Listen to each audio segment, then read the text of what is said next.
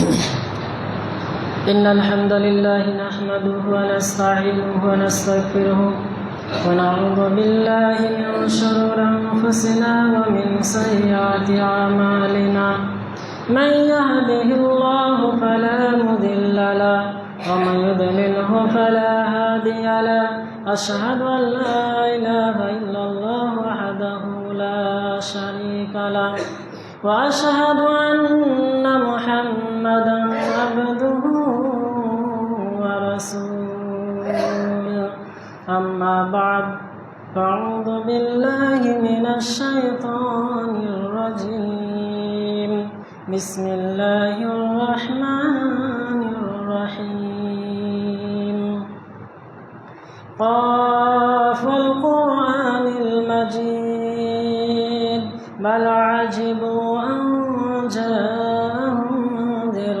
منهم فقال الكافرون هذا شيء عجيب أإذا متنا وكنا ترابا ذلك رجل بعيد قد علمنا ما تنقص الأرض منهم وعندنا كتاب حفيظ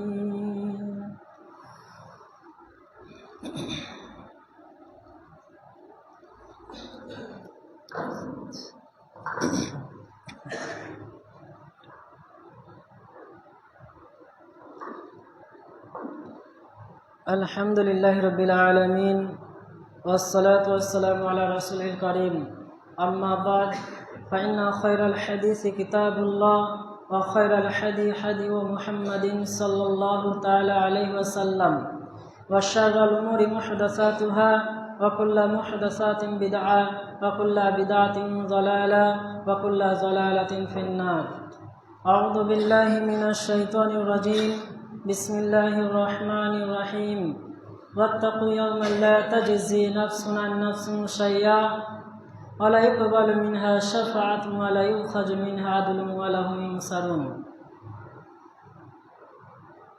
সমস্ত প্রশংসা তারিফ আরাধনা একমাত্র সেই মহান স্রষ্টার জন্য, যিনি একক লা শারিকা লাহ, যিনি মহান।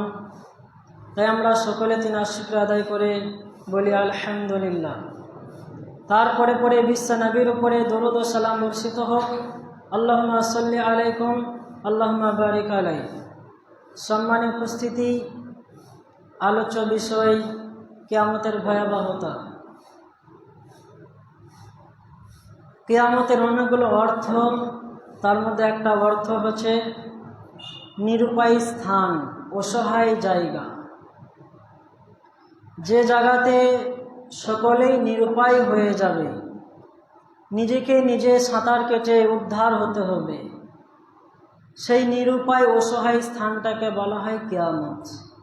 আর একটা অর্থ ন্যায় বিচারের দিবস, যেখানে প্রত্যেকে তার ন্যায় নিষ্ঠ বিচার পাবে, কাউরির প্রতি সরষ পরিমাণ বিন্দু পরিমাণ বেইনসাফ করা হবে না। সেই জায়গাতে মহান রব্বুলের যতগুলো সিফাতি নাম রয়েছে, সেই বিচারের দিবসে যে নামকে ব্যবহার করা হবে সেটা হচ্ছে জব্বার, ন্যায় বিচারক। সেই দিন কাউরির প্রতি কোনো দয়াও করা হবে না, মায়াও করা হবে না। সকলের সেদিন বিচার হবে নিজের নিজের কর্মের প্রতি ভিত্তি করে। না সেদিন একে অপরে কর্মে সাহায্য করবে, না একে অপরের ক্ষতি করতে পারবে। তাই সঞ্চয়ের জায়গাতে আমরা যতদিন আছি, যে যেভাবে সঞ্চয় করছি, সেই সঞ্চয়ের প্রতিফল বিচার দিবসে আমাদেরকে পূর্ণভাবে দেওয়া হবে। আল্লাহ রাব্বুল আলামিন তাই আমাদেরকে সতর্ক করেছেন এবং কঠোরতার সাথে আমাদেরকে পথও দেখিয়েছেন যে আমরা কীভাবে নাজাত পাবো, সেদিন আমাদের পরিস্থিতি কি হবে, আমাদের কি করতে হবে, তার ভয়াবহতা এবং সেই জায়গা থেকে বাঁচার উপায়ও আল্লাহ রাব্বুল আলামিন কুরআন ও হাদিসের মধ্যে বিস্তারিতভাবে বলেছেন।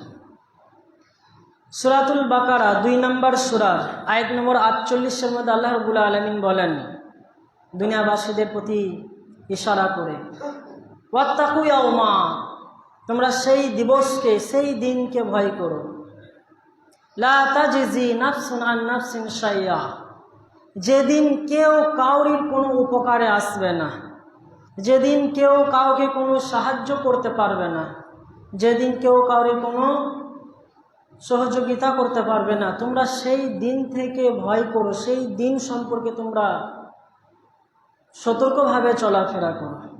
ওয়ালা ইকবাল মিনহা শাফাআতুন ওয়ালা ইকবাল মিনহা, এবং সেই দিনে কাউরির পক্ষে কাউরির সুপারিশও গ্রহণ করা হবে না। আমার আত্মীয় স্বজন, আমার কাছের মানুষ, আমার নিজের সন্তান ইত্যাদি সেদিন ক্ষতিগ্রস্ত সম্মুখীন যদি হয়, আর সেদিন আমি যদি নাজাত পেয়ে যাই, তাহলে সেই পরিস্থিতিতে আমরা কেউ কাউকে কোনো রকমভাবে সাহায্য করতে পারবো না। আমাদের কোনো সুপারিশ, কোনো আবেদন সেদিন কাজে আসবে না।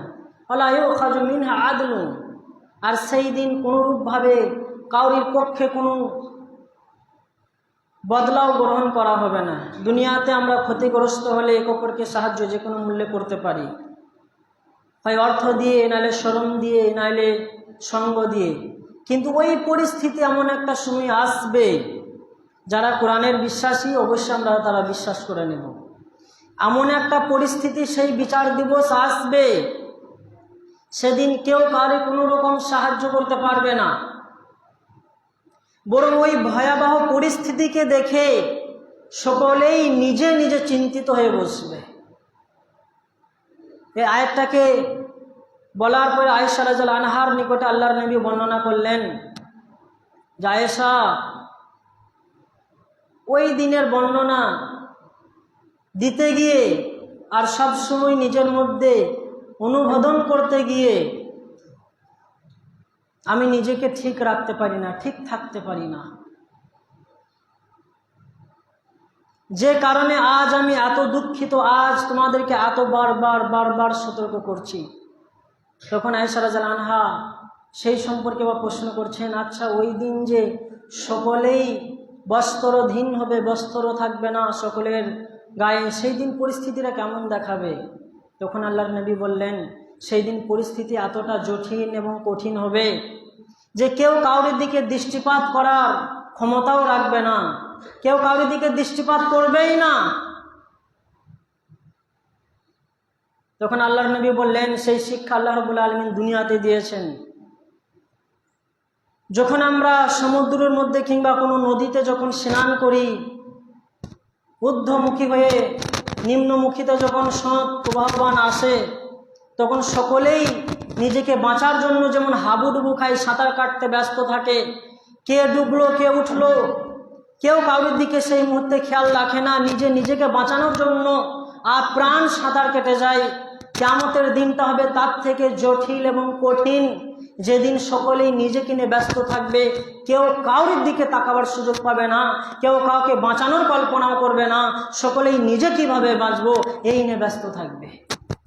তখন আয়েশা রাদিয়াল্লাহু আনহা তিনি অঝর নয়নে কেঁদে দিলেন, এই জটিল এরকম কঠিন পরিস্থিতি হবে, আর এখন বর্তমান সময়ে এরা জেনে বুঝে এত শত পাপ করছে, আপনি তাদেরকে বুঝাচ্ছেন, তারা উল্টা বুঝছে, আপনার প্রতি এত জুলুম আনছে, তাদেরকে সেই দিনের প্রতি বিন্দু পরিমাণ ভয় হচ্ছে না, যেদিন কেউ কাউকে কোনো সাহায্য করতে পারবে না। তখন আল্লাহর নবীকে বললেন, হে আল্লাহর নবী, এর উপায়? তখন আল্লাহর নবী সাল্লাল্লাহু আলাইহি সাল্লাম সমগ্র মক্কাবাসীদের আহ্বান করলেন, সাফা পর্বতের নিচে আহ্বান করার পরে বললেন, নিজের গোত্রদের আহ্বান করে নিজের বেটিকে প্রথম ডাক দিলেন, ইয়া ফাতেমাতা বিনতা মুহাম্মাদিন, ইয়া সাফিয়াতা বিনতা আব্দুল মুত্তালিব, হে আমার কলিজার টুকরা বেটি ফাতেমা, হে আমার ফুফু।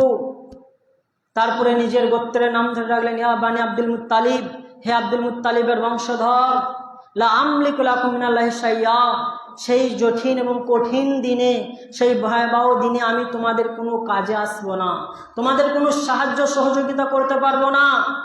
শালুনি মিন মালি মা শিতুম, সেই দিনে বাঁচার জন্য তোমরা দুনিয়াতে আমার কাছে যা প্রয়োজন চেয়ে নাও, যা প্রয়োজন জিজ্ঞাসা করে নাও, আমি দুনিয়াতে তোমাদের সেই বাঁচার রাস্তা বলে দেব, কিন্তু সেই দিন আমি কাউকে সাহায্য করতে পারবো না। তখন আল্লাহর নবী স্পষ্টভাবে বলে দিলেন, তোমরা সর্বক্ষণ রবের প্রতি ভরসা রাখবে, সর্বক্ষণ রবের প্রতি ভয় রাখবে আর রবকে খুশি করার জন্য সৎ আমল করে যাবে আর পাপ থেকে দূরে থেকে যাবে।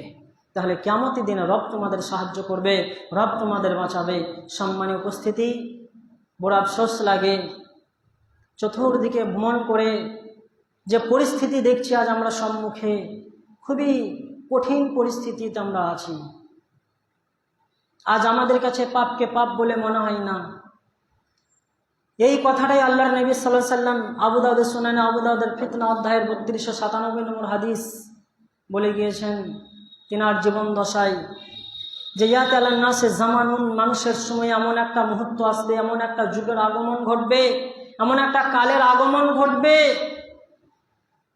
যে সময় মানুষ সংখ্যায় অধিক হবে কিন্তু চতুর্মুখী ক্ষতিগ্রস্ত হবে। ওইভাবে যেভাবে কোনো খাদ্যর পাত্রে খাদ্য রেখে চতুর্দিকে যদি খাদ্য গ্রহণকারীরা বসে যায়, দ্রুত বেগে যেমনভাবে খাদ্য ফুরিয়ে যাবে, ওই রকম এমন একটা সময় আসবে মুসলমানকে চতুর্দিকে বেধর্মীরা, চতুর্দিকে কাফেররা ঘিরে ধরবে এবং তাদেরকে তিলে তিলে ধ্বংস করার জন্য নানান ষড়যন্ত্র করে তাদের ঘিরে ধরবে। তখন সাহাবায়ে কিরাম আল্লাহর নবীকে বলেন, হ্যাঁ আল্লাহর নবী, আমরা কি সেই দিন অনেক কম হব? সেই দিন কি আমাদের সংখ্যা কমে যাবে? আল্লাহর নবী বললেন, না, সেই দিন আমাদের সংখ্যা অত্যাধিক হবে, আজকের তুলনায় অত্যাধিক হবে, কিন্তু অন্তরে আমাদের ফিতান নামক বস্তু গ্রাস করবে। আল্লাহর নবীকে জিজ্ঞেস করা হলো, আল ওহান আল ফিতান কি? তখন আল্লাহর নবী বললেন, হুব্বুদ দুনিয়া ওয়া কারহিয়াতুল মাউত। আমার উম্মতেরা দুনিয়ার মায়াতে পড়ে যাবে, দুনিয়ার ভালোবাসায় পড়ে যাবে, দুনিয়া কামাতে ব্যস্ত হয়ে যাবে আর মৃত্যুকে অপছন্দ করবে। এর ব্যাখ্যা ইমাম আবু দাউদ রাহিমাহুল্লাহ তিনি দিয়েছেন যে দুনিয়ার মহব্বতে পড়ে যাবে মানে তারা দুনিয়া সঞ্চয় করার জন্য একে অপরের প্রতিযোগিতা করবে, কার ক্ষতি হলো, কার লাভ হলো, কে কাঁদলো, কে হাসলো, এই পরোয়া করবে না। সকলেই দুনিয়ায় অর্থ এত বেশি উপার্জন করবে যে তার প্রয়োজনের চাইতে বেশি উপার্জন করে ফেলবে এবং সেই অর্থকে দুই হাতে তারা ধুলোবালির মতন উড়াতে থাকবে, দুই হাত দিয়ে তারা অপচয় করতে থাকবে। আজকে আমরা বাস্তবতা দেখতে পাচ্ছি, আমরা দুনিয়া কামাতে কামাতে এত বেশি কামিয়ে ফেলেছি। আজ আমরা গ্রামগঞ্জে দেখতে পাচ্ছি সামান্য যদি একটা বিবাহ কেউ অনুষ্ঠান করে বিবাহ জুড়ে, তাহলে শত শত মানুষকে তার আহ্বান করে, কত অপচয়, কত ধরনের অপচয়। যেখানে 50 টাকার খাদ্য ব্যবস্থাপনা করলে মানুষ পেট ভরে খাবে, সেইখানে নাম নেওয়ার জন্য 300 টাকার খাদ্য, কেউ 1000 টাকার খাদ্য রেডি করছে। আর অপচয়ের অপচয়, ড্রাম ভর্তি করে ফেলে আসছে। অথচ সেই গ্রামে, সেই সমস্ত পাড়াতে, সেই জায়গাতে, সেই অঞ্চলে, সেই জেলাতে অনেক গরিব অসহায় মানুষ রয়েছে, অনেক মিসকিন মানুষ রয়েছে যারা মানুষের কাছে হাত পাততে পারে না, মানুষকে নিজের দুঃখ খুলে বলতে পারে না, যারা বাড়ি করতে পারে না।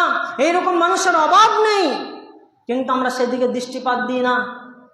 যখন আমাদের কাছে কোনো অসহায় গরিব মানুষ এসে হাত পাতে, তখন আমরা তাকে সাহায্য করি না তো করি না, নানান কথা শুনিয়ে দিই।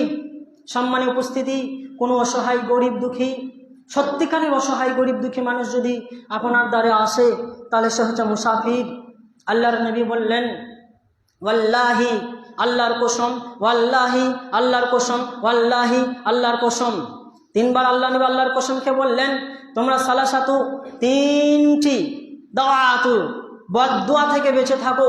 3 শ্রেণীর মানুষের বদদুয়া থেকে বেঁচে থাকো, কারণ এদের বদদুয়া আর আল্লাহর মাঝে কোনো রকম পার্থক্য থাকে না, কোনো বাধা বৃদ্ধি থাকে না। এরা যখন আসমানের দিকে তাদের চোখকে উঠিয়ে নেয় আর এই দুঃখ যখন প্রকাশ করে দেয়, তখন আল্লাহর আরশ কেঁপে যায়। আল্লাহর সমগ্র ফেরেশতা মণ্ডলী ওই ব্যক্তির জন্য আসমান ভর্তি বদদুয়া করতে থাকে আর সবসময় আর গজবের জন্য আল্লাহর কাছে দরখাস্ত পেশ করতে থাকে আর সবসময় জাহান্নাম কামনা করে ব্যক্তির জন্য। তাই আল্লাহর নবী বললেন, 3 শ্রেণী মানুষের বদদুয়া থেকে বেঁচে থাকো। আর আজ আমাদের সমাজ এই 3 শ্রেণী মানুষের বদদুয়া নেওয়ার জন্য ব্যস্ত আছে।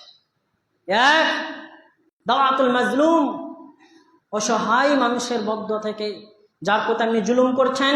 গরিব মানুষের প্রতি আজ বেশি জুলুম হচ্ছে, আর খাস করে প্রত্যেক পরিবারে, প্রত্যেক যুবকের প্রতি জুলুম চলছে। বাস্তবতা দেখেন, আজ প্রত্যেকটা পরিবারে, প্রত্যেকটা যুবকের প্রতি জুলুম চলছে, চতুর্মুখী জুলুম। তার পিতামাতা জুলুম করছে, তার কন্যা জুলুম করছে, তার ছেলে জুলুম করছে, অনেক পুরুষের স্ত্রী পর্যন্ত জুলুম করছে। আজকে যদি 100 দেখা যায়, তাহলে 95% যুবক বিড়িতে আসক্ত, মদে আসক্ত, নেশা করছে, ঘুমাই না, রাতের পর রাত সেটা কাটিয়ে দিচ্ছে। জানো, তার স্ত্রীর কাছে সব থেকে বেশি বড় জুলুম হচ্ছে। তারপরে সন্তান যখন নিজের পায়ে দাঁড়াতে পারে না কোনো কারণবশত, তখন তার পিতা তাকে দুশ্মনের চোখে দেখতে লাগে, তার মাথা থেকে দুশ্মনের চোখে দেখতে লাগে। আরে ছোট থেকে হিরে করো নাই, লোহা বানিয়ে রেখে দিয়ে যদি তুমি ভাবো যে হীরের দামে বেচবো, কেমনে করে বিক্রি হবে? সম্মানীয় উপস্থিতি, তাই আল্লাহর নবী সাল্লাল্লাহু আলাইহি ওয়াসাল্লাম বললেন, তোমরা মাজলুমের দোয়া থেকে বেঁচে থাকো। কারণ যখন তার অন্তরে আঘাতটা লাগে, যখন তার এসে ডাইরেক্ট অন্তরে আঘাতটা লাগে, তখন কাউকে কিছু বলতে পারে না, শুধু চোখ দিয়ে ছপ ছপ করে পানি পড়ে আর আসমানের দিকে, রবের দিকে তাকিয়ে দেয়, রব তুমি দেখে নাও। যখন এই চোখ দিয়ে অশ্রু ঝরে, আপনি যাকে কষ্ট দিলেন আপনার ক্ষমতার জোরে, অর্থের জোরে, সে গরিব অসহায় মানুষ আপনাকে কিছু বলতে পারলো না, তার ব্যাপারে গীবত করলেন সে কিছু বলতে পারলো না, তার ব্যাপারে মিথ্যা অপবাদ দিলে সে কিছু বলতে পারলো না, তাকে এক থাপড় দিয়ে দিলেন কিছু বলতে পারলো না, তার জমি আত্মসাৎ করে নিলেন কিছু বলতে পারলো না, তাকে চতুর্মুখী জুলুমের সম্মুখীন করলেন, সে অসহায় গরিব মানুষ কিছুই করতে পারলো না আপনার, আর তার ক্ষমতা নেই আপনার সাথে মোকাবিলা করা। কিন্তু যার কাছে বিচার দিয়েছে সেই বাদশার সাথে আপনি কিভাবে মোকাবিলা করবেন? যার ইশারাতে পৃথিবীতে রাত দিন হয়, যার ইশারাতে পৃথিবী হিলে যায়, যার ইশারাতে জমিনের মধ্যে সব কিছু ধসে যায়, সেই রবের সাথে কিভাবে মোকাবিলা করবেন? তাই আল্লাহর নবী সাহাবায়ে কেরামদের বললেন, হে আমার সাহাবারা, যখন মুয়াজ রাদিয়াল্লাহু আনহুকে দাওয়াতের কাজে, সেই বুখারীর হাদিস নম্বর 2458, বর্ণনা করে আব্দুল্লাহ আব্বাস তিনি বলেন, বাসা মুয়াজান ইলাল ইয়ামান, যখন আল্লাহর নবী মুয়াজ রাদিয়াল্লাহু আনহুকে ইয়ামান দেশে প্রেরণ করলেন, তখন আল্লাহর নবী বারবার করে মুয়াজকে বলতে থাকলেন, ইয়া মুয়াজ, হে মুয়াজ, ইত্তাক, তুমি বিরত থাকবে, দূরে থাকবে, দাওয়াতাল মাজলুম, মজলুমের বদদুয়া থেকে তুমি দূরে থাকবে। কারণ মজলুম যদি তোমার প্রতি বদদুয়া করে দেয়, মজলুম যদি তোমার জন্য, মজলুম যদি তোমার কারণে তার চোখ দিয়ে এক ফোঁটা অশ্রু ঝরে যায়, তাহলে সে রবের কাছে বিচার দিয়ে দেবে। আর রব এই বিচার কেমনভাবে গ্রহণ করে যে রব সব থেকে সেই দিন কঠোর হয়ে যায় মজলুমের বিচার করার জন্য। তুমি যদি রবের ইবাদতে গাফিলতি করো, সেই দিন রব দয়া করবে। তুমি রবের হুকুম মানা করা থেকে যদি অলসতা দেখাও, রব সেদিন তোমায় ক্ষমা করবে। কিন্তু কোনো মজলুম যদি রবের দিকে একবার তাকিয়ে দেয় আর চোখ দিয়ে যদি অশ্রু ঝরিয়ে ফেলে, সেই দিন তুমি হবে সব থেকে বড় ক্ষতিগ্রস্ত। আর রব এত বেশি রাগান্বিত হবে, সেই দিন তোমাকে সব থেকে বেশি কঠিন ও জটিল শাস্তি প্রদান করবে। সম্মানিত উপস্থিতি, আমরা যখন কাউকে কোনো কথা বলবো, কারোর ব্যাপারে পিছনে সমালোচনা করব, তখন যেন ওপর দিকে তাকাই যে আমি যেটা বলছি, যেটা যদি তার বিপক্ষে চলে যায় আর আমার কথাতে যদি সে কষ্ট পেয়ে যায় আর তার চোখে যদি অশ্রু ঝরে যায়, বিচার ডাইরেক্ট তার কাছে যাবে যার কাছে ক্ষমা নেই। বিচার ডাইরেক্ট তার কাছে যাবে যে করবে ন্যায় ইনসাফ। তাই মজলুমকে কষ্ট দেওয়ার আগে 1000 বার নিজের অন্তরকে জিজ্ঞেস করবেন। দ্বিতীয় নম্বরে, দাওয়াতু ওয়ালিদাহ, নিজের পিতামাতার বদদুয়া নেওয়া থেকে বিরত থাকবেন। নিজের পিতামাতাকে পারলে হাসি রাখবেন, পারলে মিষ্টি কথা বলবেন, আর না পারলে চুপ থাকবেন। কিন্তু আপনার দ্বারাতে এবার কিভাবে বুঝবেন আপনার পিতামাতা কষ্ট পেয়ে গেল আপনার কারণে? আপনি কোনো কথা বললেন আর আপনার কথা শোনা মাত্রই যদি আপনার পিতামাতা স্তব্ধ হয়ে যায়, যদি চুপচাপ হয়ে যায়, খামোশ হয়ে যায়, তাহলে জেনে নেন রবের কাছে বিচার পৌঁছে গেল। আর রবের কাছে বিচার যদি, মা বাপের বিচার যদি রবের কাছে পৌঁছে যায়, মা বাপের এই অন্তরে আঘাত যদি রবের কাছে পৌঁছে যায়, তাহলে দুনিয়াতে তুমি যতই সৎ কাম করো, দুনিয়াতে তুমি যতই নেককারী দেখাতে যাও, হজ উমরা যাই কিছু না করো, তোমার কোনো কিছু কাজে আসবে না। তাই নিজের পিতামাতাকে কোনোদিন কষ্ট দিও না। নিজের পিতামাতা যা তোমার প্রতি জুলুম করছে, শুধু ধৈর্য ধারণ করা, রবকে বলো, রব তুমি সব কিছু ঠিক করে দাও, কিন্তু তুমি তোমার পিতামাতাকে কষ্ট দিয়ে বসো না। কারণ তোমার পিতামাতা যতই খারাপ হোক না কেন, তাদের কারণে, তাদের পরিশ্রমের কারণে, তাদের মেহনতের কারণে আজ তুমি নিজেকে তৈরি করতে পেরেছো, আজ তুমি পজিশনে আসতে পেরেছো। তোমাকে দুনিয়ার আলো দেখাতে গিয়ে তোমার পিতামাতা দুনিয়াকে দুনিয়া ভাবে নাই, তারা নিজেকে জিদ্দে জিহাদ করেছে, তাই নিজের পিতামাতাকে কোনো কষ্ট দিও না। সম্মানের উপস্থিতি, এই 3 শ্রেণী মানুষের বদ্ধ থেকে বেঁচে থাকবে। 1 মজলুম, 2 পিতামাতা, 3 নিরুপায় অসহায় মানুষ। সে অল্প স্বল্প কিনে গরিব মানুষ, তাকে আপনি হেনস্থ করলেন। কোনো কিছু খেতে দেখলেন, কোনো পোশাক পরে আছে, তার সামনে আপনি গিয়ে বড়াই করলেন, হ্যাঁ এত সুন্দর পোশাক, ঈদেও একটা পারলি না কিনতে। আপনি কি তার ভিতর অবস্থা জানেন, সে কোন অবস্থায় দিন পার করে? আপনি যে তাকে বললেন, তার অন্তরে কতটা আঘাত লাগলো, সে মাথা নিচু করে নিল, সে ছোট হয়ে গেল। আপনার কথাতে তার অন্তর ছিল্লা ছিল্লা হয়ে গেল, অন্তর টুকরো টুকরো হয়ে গেল, কিছু বলতে পারলো না। মাথা হ্যাক করে সে যখন বাড়ি ফিরছে আর রবের কাছে বলছে, আল্লাহ তুমি কেন আমাকে এই জীবন দিয়েছিলে, কেন দুনিয়াতে বাঁচিয়ে রেখেছিলে, মানুষ আমাকে এত ছোট চোখে দেখে। এটা পুরোটাই আল্লাহর কাছে বদ্ধ পুছে গেল, পুরোটাই গ্রহণ করে নিল আল্লাহ। এবার আপনার কি হবে কিয়ামতের দিনে? আপনি যে নিজের বড়াই দেখাতে গিয়ে একজনের অন্তরকে ছিন্ন ছিন্ন করে দিলেন। সম্মানীয় উপস্থিতি, দুনিয়া বেশিক্ষণের নয়। আজকাল 24 বছর, কাউরি 30 বছর, 40 বছর পেরিয়ে গেছে। আমাদের নির্ধারিত বয়স থেকে আমাদের একটা মুহূর্ত, একটা মিনিট পার হয়ে যাচ্ছে। আর এই সম্পর্কে আল্লাহ রাব্বুল আলামিন আরো সতর্ক দিয়ে বলছেন, তোমরা মুহাব্বত সব থেকে বেশি করো নিজের স্ত্রীকে, তোমরা মুহাব্বত বেশি করো নিজের ছেলেকে, মা বাপকে, ভাইকে, বন্ধুকে, তারা কেউ তোমার কাজে আসবে না। সূরা আবাসা 80 নম্বর সূরার 25 থেকে 34 পর্যন্ত আয়াত আল্লাহ রাব্বুল আলামিন বলেন, ইয়াউমা ফিরুল মারউ মিন আখি ওয়া উম্মিহি ওয়া আবি ওয়া সাহিবাতিহি ওয়া বানি লিকুল্লি ইমরিন মিনহুম ইয়াউমাইযিন শাআনুন ইউগনি। সেই দিন ভাই ভাইয়ের কাছ থেকে পালিয়ে যাবে, পিতামাতা পালিয়ে যাবে, নিজের স্ত্রী সন্তান পালিয়ে যাবে, কেউ কাউকে কোনো রকম সহযোগিতা করবে না, সকলে নিজেকে বাঁচানোর জন্য ব্যস্ত থাকবে। তাই দুনিয়া কাউরির নয়, দুনিয়া নিজের আমল করলে নাজাত পাবেন, পাপ করলে শাস্তি ভোগ করতে হবে। আজ দুনিয়াতে যুক্তি দিয়ে পার করতে পারবেন, কিন্তু চোখটা মুজলে যুক্তি শেষ, শুধু আমল আপনাকে বাঁচাবে। সম্মানীয় উপস্থিতি, তাই সময়কে কাজে লাগান। আজ চতুর্মুখী জুলুমের আমরা সম্মুখীন। সাহাবাদের জীবনী থেকে শিক্ষা নেন। যত বেশি জুলুম বেড়েছে তত বেশি রবের প্রতি ভরসা বেড়েছে, যত বেশি জুলুম বেড়েছে তত বেশি ইবাদত বাড়িয়েছে, যত বেশি জুলুম বেড়েছে তত বেশি রবকে ডেকেছে। আর আজ আমাদের প্রতি যত বেশি জুলুম বাড়ছে তত বেশি মসজিদ ফাঁকা হচ্ছে, যত বেশি অত্যাচার বাড়ছে তত বেশি আল্লাহকে ভুলে যাচ্ছি, যত বেশি অত্যাচার বাড়ছে তত বেশি পাপীদের সঙ্গ দিচ্ছি। কি করে আল্লাহর সাহায্য আসবে? কি করে?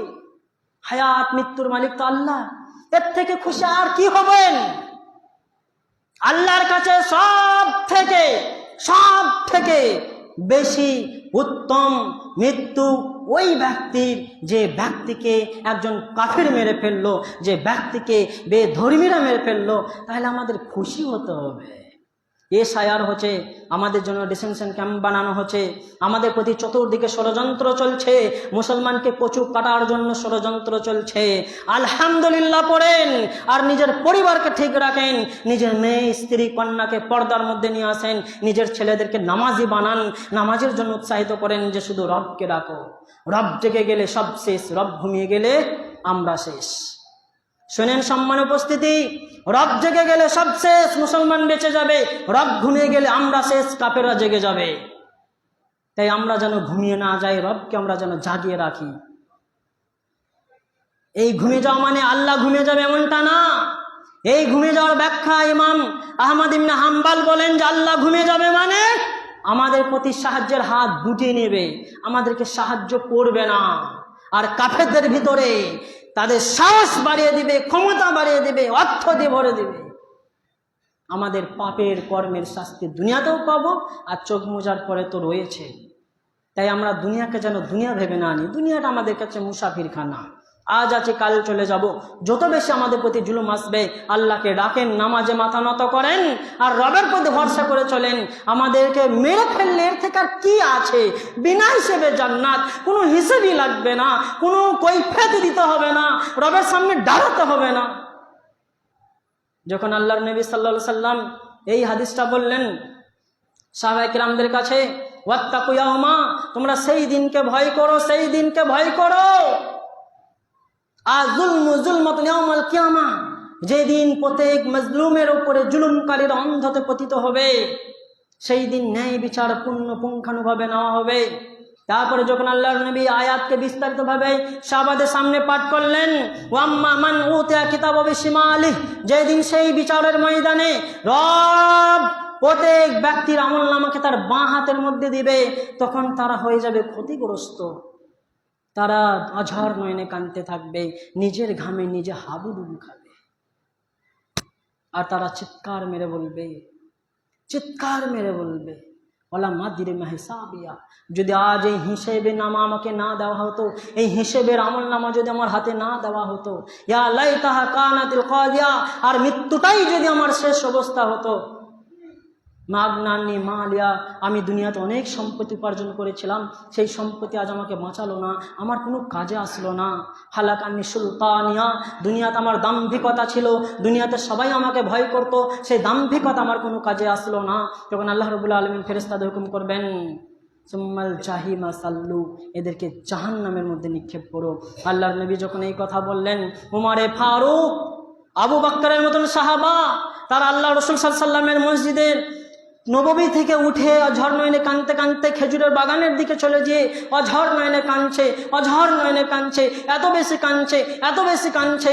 আব্বাস রাদিয়াল্লাহু আনহু তিনি বলেন যে ওমরের কানন দেখে আমি আর থামতে পারলাম না, এত বেশি কাঁদতে লাগলেন যে তার চোখ দিয়ে অশ্রু ঝরতে তার কাপড় ভিজে গেল। কাপড় ভিজে দিয়ে পড়তে একবারে মাটি যেখানে দাঁড়িয়ে আছে সেইখানটা খাল হয়ে গেল, মাটি টপ লুই পড়তে, আর শুধু গাছ দিকে হাত তুলে বলছে, গাছ তোরা তো অনেক ভালো, তোদেরকে রবের সামনে দাঁড়াতে হবে না, তোরা মাটি হয়ে যাবি, আর আমরা এই নগণ্য বান্দা, আমরা রবের সামনে দাঁড়াবো, সেই মহান রবের সামনে দাঁড়াবো। যদি তার নিয়ামত সম্পর্কে জিজ্ঞেস করে নাই, কিভাবে ব্যবহার করেছি, আমার সময় সম্পর্কে যদি ধরে নাই, কোথায় ব্যয় করেছি, আমার যৌবনকাল সম্পর্কে যদি ধরে নাই, কিভাবে অতিবাহিত করেছি, তাহলে আর বাঁচতে পারবো না। কে বাঁচাবে? আর কিছু করার থাকবে না, আগুন ছাড়া আর কিছু আমাদের জন্য থাকবে না। এই কানন দেখে যে সাহাবারা ওদেরকে দেখলেন সকলেই অঝর নয়নে কাঁদতে লেগেছে, কেউ বেহুশে পড়ে গেল।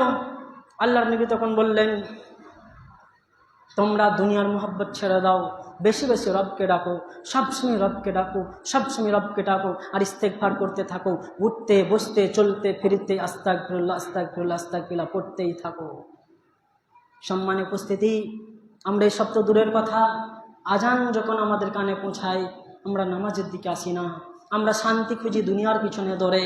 আজকে যে অশান্তি আমাদের উপরে এসেছে, এই অশান্তি থেকে বাঁচার জন্য আমরা সিউড়ি দৌড়ছি, কলকাতা দৌড়ছি, শুধু ফোনের উপরে ফোন লাগাচ্ছি, কোথায় গেলে বাঁচবো, কোথায় গেলে আমার নাম ভোটার লিস্ট থেকে কাটা যাবে না। কিন্তু সেই দিনকে ভয় করছি না, চোখ মুছে দিলে আর কোনো রকম রাস্তা নেই, কোনো রকমের সুযোগ নেই, সেই দিনকে ভয় করছি না। শেষ একটা হাদিস বলে ছেড়ে দিচ্ছি। আল্লাহর নবী সাল্লাল্লাহু আলাইহি সাল্লাম বললেন, হে আমার সাহাবারা, এইটাকে থামিয়ে নাও, মুখটাকে থামিয়ে নাও, হাতটাকে বেঁধে নাও। তোমার মুখ আর হাত দ্বারা যদি কেউ কষ্ট পেয়ে যায় তাহলে তোমার সব আমল শেষ। তোমার মুখ আর হাত দ্বারা কেউ যদি আঘাত পেয়ে যায় তোমার সব আমল শেষ। আল্লাহর নবী সাহাবায়ে কেরামদের বললেন, হে আমার সাহাবারা, কিয়ামতের দিনে অনেক শ্রেণী মানুষকে দেখতে পাবো, তারা নেকির পাহাড় নিয়ে সেই দিন উপস্থিত হবে, নেকির পর্বত নিয়ে সেদিন উপস্থিত হবে। কিন্তু বিচারক যেদিন বসে যাবে বিচারের ময়দানে, সেই দিন ওই ব্যক্তি নেকি দেখে বড় খুশি হবে, আমি আবার জান্নাতে যাব। তখন কিছু অসহায় দুর্বল মানুষ, তারা দুনিয়াতে যে রূপ ছিল সেই অবস্থায়, সেই পোশাক পরে সেই রকমভাবে তারা ডান দিক থেকে আসবে আর রবের কাছে দাঁড়াবে। কেউ আসবে যার প্রতি জুলুম করা হয়েছিল এইরকম মানুষ উপস্থিত হবে, যাকে থাপ্পড় মারা হয়েছিল এইরকম মানুষ উপস্থিত হবে, যার নামে গীবত করা হয়েছিল এইরকম মানুষ সেদিন উপস্থিত হবে, যার নামে অপবাদ দেওয়া হয়েছিল এইরকম মানুষ উপস্থিত হবে, যাকে বিনা কারণে জেল খাটানো হয়েছিল, যাকে থাপ্পড় মারা হয়েছিল, যার সম্পত্তি আত্মসাৎ করা হয়েছিল, যার ঘর বাড়ি ছিনতাই করা হয়েছিল, সব সেই দিন উপস্থিত হয়ে বলবে, রব তোমার জন্যই আমরা দুনিয়াতে শুধু কেঁদেছিলাম যে তোমার কাছে বিচার পাবো, দুনিয়ায় বিচার পাইনি। সেই দিন রব সব নেকিকে কেটে কেটে এদের পরিশোধ করবে, আর ওর গলায় শেকল বেঁধে টানতে টানতে জাহান্নামে নিয়ে যাবে। আল্লাহর নবী বললেন, দুনিয়াতে তুমি আমল কম করো, না খেয়ে থাকো, কিন্তু কারোর বদদোয়া নিয়ে নেও না, আর কারোর ক্ষতি করে ফেলো না। হাত আর মুখকে কন্ট্রোল করো, জান্নাত আমি তোমাদের জন্য জিম্মেদার দিয়ে দেবো। সম্মানের উপস্থিতি, আমরা এমনভাবে কথা বলবো ভেবে চিনতে, এমনভাবে হাত ইউজ করবো ভেবে চিনতে, এমন জনার জন্য কথা বলবো যার সম্পর্কে আমি ফুল জানি। আমি পারলে তার সুনাম করব, কিন্তু কোনোদিন কুনাম দুর্নাম নয়। আপনার মুখ থেকে যেটা বেরিয়ে যাবে তার অন্তরে যদি গেঁথে যায়, তাহলে আপনার সব আমল শেষ। সর্বশেষ রবের কাছে দোয়া করি, হে রব, তুমি আমাদের সকলকে ক্ষমা করো। যারা ভুল পথে আছে তুমি তাদের সংশোধন করিয়ে নাও, যারা অসুস্থ তাদের তুমি সুস্থতা দান করো। হে আল্লাহ, তুমি আমাদের কাছে ন্যায়নিষ্ঠ নেতা পাঠাও, আমাদের তুমি সাহায্য করো। আজ আমাদের প্রতি চতুর্মুখী জুলুম, হে আল্লাহ তুমি আমাদের ইমানের জজবা বাড়িয়ে দাও। আমিন। আখির দাওয়ানা আলহামদুলিল্লাহি রাব্বিল আলামিন।